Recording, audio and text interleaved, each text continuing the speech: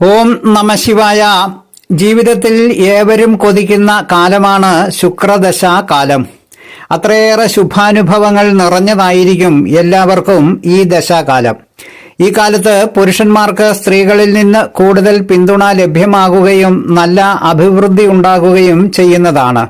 അതുപോലെ തന്നെ സ്ത്രീകൾക്കും പുരുഷന്മാരിൽ നിന്നും കൂടുതൽ പിന്തുണ ലഭ്യമാകുകയും നല്ല അഭിവൃദ്ധി ഉണ്ടാകുകയും ചെയ്യുന്നതാണ്. നല്ല വസ്ത്രങ്ങളും ആഭരണങ്ങളും ഈ കാലത്ത് ധാരാളമായി ഉണ്ടാകും.